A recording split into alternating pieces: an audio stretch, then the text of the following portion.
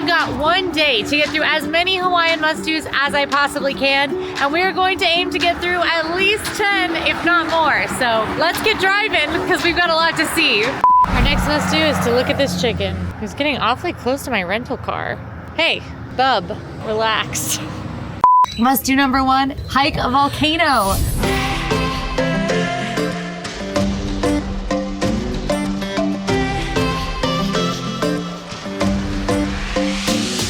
We are at Diamond Head Crater. Already this looks incredible, and it's sunrise right now. I think we're gonna see some really cool stuff. We are here at Diamond Head Crater, which you can see goes literally all the way around me, 360 degrees. 365. What's a circle? 360? 360 degrees. We are starting our day here because if you hike up to the edge of the crater, you get panoramic views of the island. And doing it around sunrise is a wonderful time to do it because you've got golden hour. This is one of Hawaii's most recognizable landmarks, and it is known for its hiking trail, stunning views, and military history. Scientists have found that this crater was formed 300,000 years ago after an explosive eruption, and it created this huge saucer-like crater. The vegetation that you see and the bird species were introduced in the late 1800s to the 1900s. Reservations are required unless you're a Hawaiian native, so make sure to get those in advance, and there is a fee for parking. And here's our pro tip for hiking this particular volcano. Arrive 30 minutes prior to opening to get a head start because the trail can get pretty crowded later in the morning, and bring a headlamp for the darker hours if you're trying to hike up to the top for sunrise. We're here during the day, so we didn't need a headlamp. I also didn't bring one, so it's a good thing we didn't need one. Okay, status update. We're closer to the top than we are to the bottom. The stairs we just went up in the tunnel was the first time it got really brutal. I walk a lot, like more than most people, but Disney World is flat. There are no stairs. So this has been really something. I mean, there are some stairs, but not that many stairs. And then a steep, narrow, dark tunnel. Not really my jam, but it'll be worth it.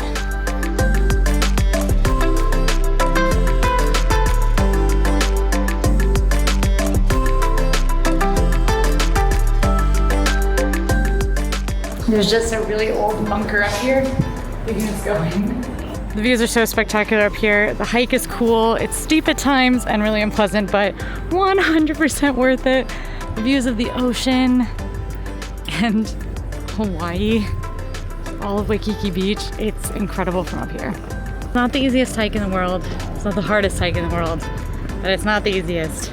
I definitely recommend if you are in Oahu, hiking Diamond Head Crater, but in general, a must-do in Hawaii is hike a volcano. All right, downhill check-in.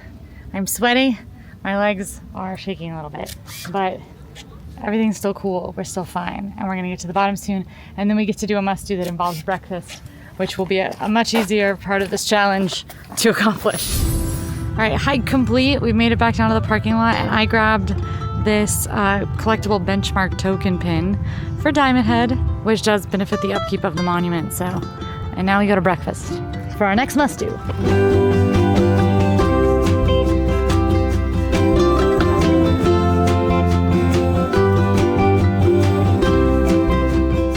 Welcome to our next must-do, which is to eat locally sourced sustainable food. Hawaii is all about sustainability, and local Hawaiians consider themselves stewards of the island. So when you're visiting, you want to be responsible and respectful to the island. Local food is also a big deal in Hawaii. You'll see signs for eating local all around. So we are here at Coco Head Cafe, which is a local spot known for creative Hawaiian brunch favorites. This restaurant is owned by celebrity chef Lee Ann Wong and has a lot of really cool stuff on the menu. For breakfast today, I got some fresh squeezed pog juice, of course. Then I followed up with the dumplings all day Wong, which are specialty dumplings that change every day. Today they were pork with a homemade chili crisp. Absolutely delicious dumplings, super savory. And then I got the Coco Moco, which is their spin on a Loco Moco, a very traditional Hawaiian favorite. I had Loco Moco over at Disney's Aulani Resort, and it was very, very good, but I definitely wanted to compare it, and this one is much better. Tons of heavy gravy, a delicious sunny side up egg, tempura fried kimchi makes for a super hearty, super filling breakfast. And I'm not a breakfast person. I love when there are breakfast options like these. Absolutely a must do. Our pro tip for this section is to research the restaurants you're interested in advance. You never know when there might be something that might make it a little easier when you stop by. For instance, here at Coco Head, they do have a wait list that you can join online so that you can roll up and make sure you don't have a wait because you've already waited. Today, there was no wait, but I was able to check that from Diamond Head Crater, which is pretty cool. That's 2 must-dos down, 9 to go. How many did I say we were doing? 11?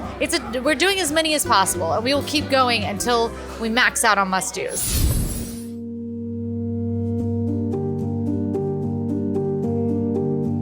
Welcome to the Pearl Harbor Memorial. This is our next must-do, and it is to pay some respects to American history. Pearl Harbor Memorial is the site of the Pearl Harbor bombings from the 1940s that happened during World War II. Still in the harbor today are the wrecked ships that were sank from the bombings, and the memorial is dedicated to all soldiers that have lost their lives in the Pacific. There's a lot to do with the exhibit. You can actually take a ferry out to the USS Arizona, which is sunk in the water, and that white building across the water there is a memorial where you can experience the memorial of the USS Arizona. That is probably the most must-do experience here, and if you want to do that, you need to get tickets when they release. There are several free options, free exhibits around the visitor center, explaining the bombings and how everything came to be. There's a VR experience, and there's a submarine museum, as well as several other experiences in the area that talk about World War II. Hawaii's more recent history is totally entrenched in US military history, and Hawaii played a pivotal part in World War II. The exhibits are very, very cool and very somber. They discuss a lot of what happened after the bombings here, where martial law was actually declared in the state and students were going to school in gas masks. It's just a very interesting facet of history, and it's certainly a must-do to come and pay your respects and learn a little bit more about this aspect of Hawaii's history. Since 1980, the National Park Service has managed this site, welcoming between 4,000 and 8,000 visitors daily who come to pay their respects. Our pro tip for this must-do, if you are headed here to the Pearl Harbor Memorial, is to book your USS Arizona Memorial tickets in advance. You can book them 8 weeks in advance, or they do a second release of tickets the day before at 3 p.m., which I actually really like, because if you miss that 8-week mark, you can grab them at that time. The military history in Hawaii is a complex one and is certainly worth learning about during a Hawaii trip. Oahu is home to Pearl Harbor, and this is a wonderful memorial that is free to visit, so certainly a must-do. We're kind of journeying around Oahu today, so about a 30-minute drive from Pearl Harbor, and we have made it to Dole Plantation. This is a stop that was widely requested by my coworkers because, of course, we are Disney World enthusiasts, and at Disney World there is Dole Whip. And where are the pineapples grown? Hawaii. The Dole processing facility is right across the street.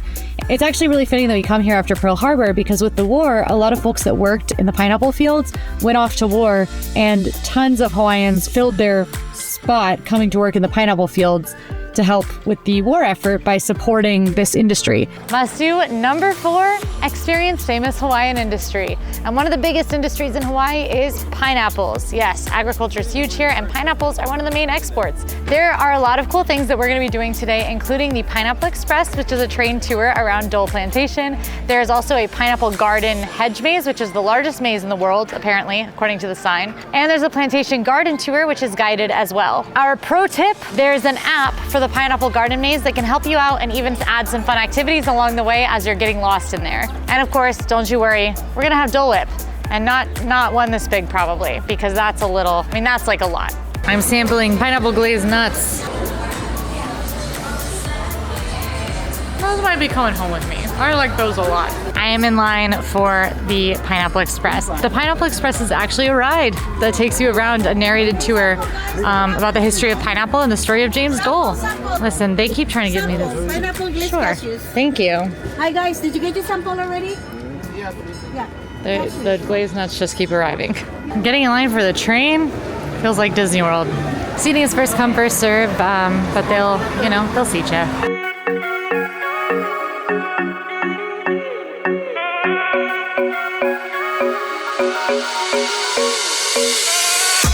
Honestly, I don't think you need to do the train. The Pineapple Express was fine. It's about $15 for adults. Cute train ride. The most pleasant part was there was a part where they just played a song about pineapples and you were looking at mountains, which was really beautiful. But at least this time of year in January, the pineapples weren't blooming or anything. So it was kind of like a really pared down living with the land. The train squealed on the tracks a lot. I just don't know that it's worth the spend. I think do instead do the garden and the pineapple maze. The garden is really pretty. The train drives past the garden and it's well manicured and everything. You can learn about all of the ways that pineapple has been influential in Hawaii. And then the pineapple maze, largest maze in the world. Go get lost in there. I wish we could do that, but we don't have time because we gotta hit so many must-dos today. Of course though, we are not leaving Dole Plantation without picking up a Dole Whip. And we're going for an intense one because we're not quitters, right? Look at what accidentally happened. This is way bigger than I was expecting. Luckily, I'm not alone. I got some help, but oh my gosh, I didn't know you could buy this much Dole Whip. Tastes like Dole Whip. A lot of Dole Whip. There's fresh pineapple in the bottom too, if I can get to it. Okay, just finished Dole Plantation. That was a lot more dramatic than I expected. In Disney World, when you get Dole Whip, the swirls are hollow. It's just kind of the swirl. That was not the case here. Here, the swirl was entirely full of Dole Whip. The Dole Whip tasted just like Dole Whip you get in Orlando, or if you find Dole Whip at your local ice cream shop, it's all the same stuff. I really did love the sort of specialty that you could actually get the fresh Dole pineapples grown right here included, which was really cool. Learning about pineapple agriculture, certainly a must-do, and we've got a lot more must-dos to do that way. We've stopped for a very important must-do, and that is to hit the beach. Obviously, if you're in Hawaii, you gotta hit the beach. And there are a couple of really famous places to do it on Oahu in particular. For one, Waikiki Beach is probably the most famous area in all of Oahu, and it's kind of where we are right now. Waikiki Beach is famous for shopping, dining, and of course, the beaches, the water sports, and all of that. Another famous beach we actually drove pretty close to today are the beaches on the North Shore. Now, the beaches up there are very famous for surfing, particularly the time of year that I'm here. In fact, right now, the famous surf competition Pipe Pro is going on. Unfortunately, they called it today because of weather.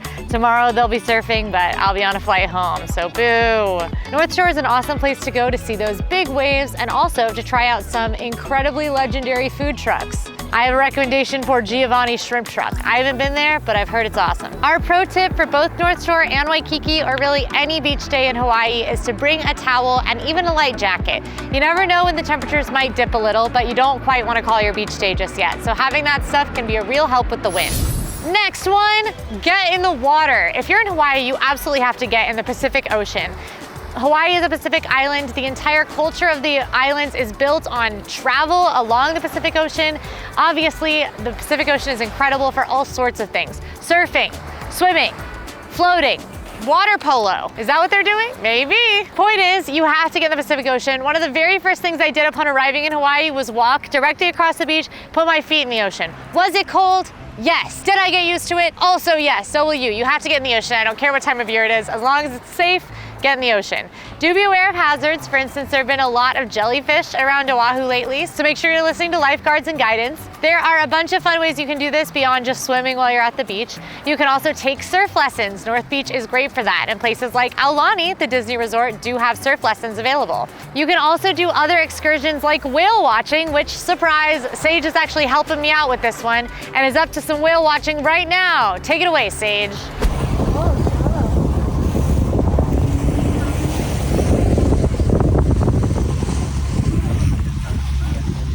Wow, that was pretty cool.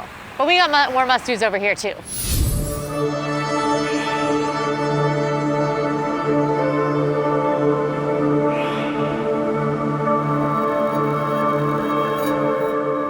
Our next must-do is to experience Hawaii's cultural diversity.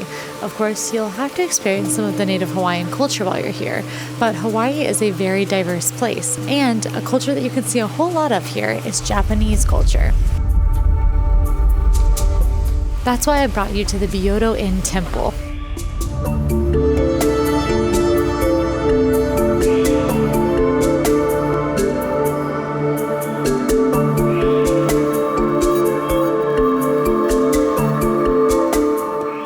This is a beautiful, picturesque temple located nestled in the valley under striking mountains that is a monument to Hawaii's cultural diversity. In fact, this temple was built in 1967 to honor Japanese immigrants to Hawaii. I especially love looking at the wildlife and taking off my shoes, stepping inside the temple.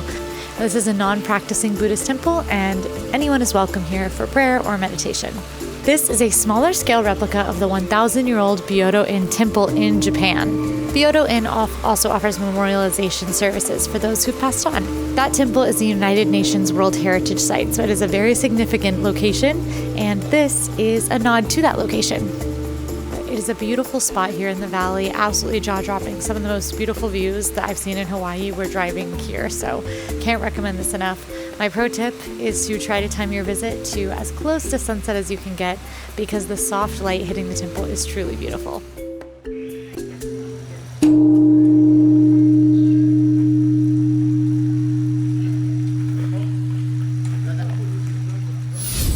Our next must-do is to find a view.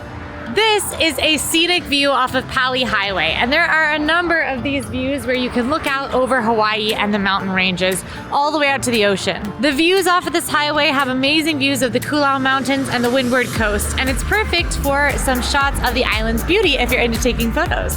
Plus, driving up the highway through the tall trees and even taller mountains is a great way to see the hustle and bustle of the city disappear and the beauty of Hawaii emerge. There's even one of the lookouts, which is where King Kamehameha won the battle that united Oahu under his rule. Many of the soldiers during that battle were actually forced off of Pali's cliffs. Our pro tip, make sure that you are ready for wind. It can get super, super windy up here off of Pali Highway, and the views are worth it. So make sure you're prepped for wind and make sure you're prepped for beautiful views. Now, before we head to dinner, a Hawaiian must-do that we have to share is one that I would be totally out of line I did not mention, and that is to experience a luau. I was able to go to the Ka'ana Luau at Aulani Disney Resort the other day, and it was so incredible, definitely worth doing.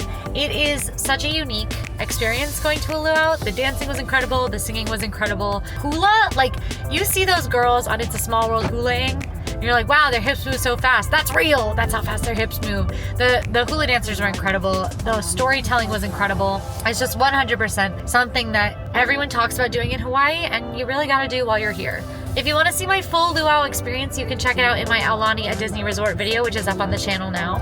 But my pro tip about luau's is that one, they are often booked months in advance. So make sure that you are getting booked early if you're wanting to experience a luau.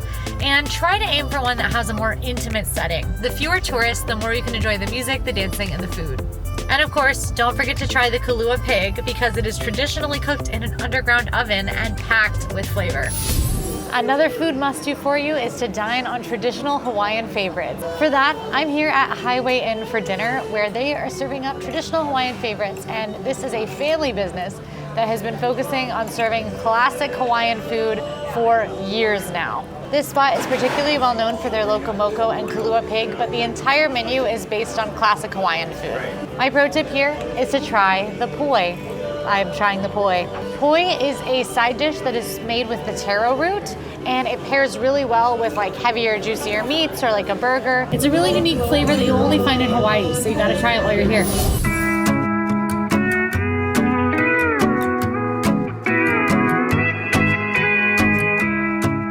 All right, cruised over from the beach deeper into Ala Moana Park, because this is called Magic Island, and I think you can probably tell why. Magic Island is a beautiful little sort of jet out. It's not a real island, it's kind of like a peninsula. It jets out between the marina and cove with tons of beautiful trees, and you can sit right on the edge looking out onto the ocean to watch the sunset, for instance. And that is our next must-do, catch the sunset and take it all in. This spot where I am is a wonderful spot to watch the sunset here at Magic Island, but there are a lot of good places to watch the sunset. chances are you can find a cove that has a beautiful view of the sunset not too far from where you're staying. Just find yourself some serene views of the ocean and then you're set to sit and watch the sun go down. Our pro tip is to arrive wherever you're gonna watch the sunset about 15 minutes before the sun is set to go down, so you can catch all the ways the light changes as the sun starts to set. Golden hour is the best time to get those Hawaii shots that you're looking for, and trust me, it's worth a little bit of a wait to get the best sunset possible. This is also pretty fitting because Ala Moana Park and Magic Island have stunning views of Diamond Head Crater, which you might remember, we started our day up there this morning. So we've truly come full circle here in Oahu. Sun is down officially on an incredible Oahu day. We did so many Hawaii must-dos. I hope you learned something about this incredible state. Thanks for coming along with me. If you're still here, please like this video and drop our secret code in the comments so I know you stuck around. And make sure to subscribe so you don't miss our next trip. I'll see you then.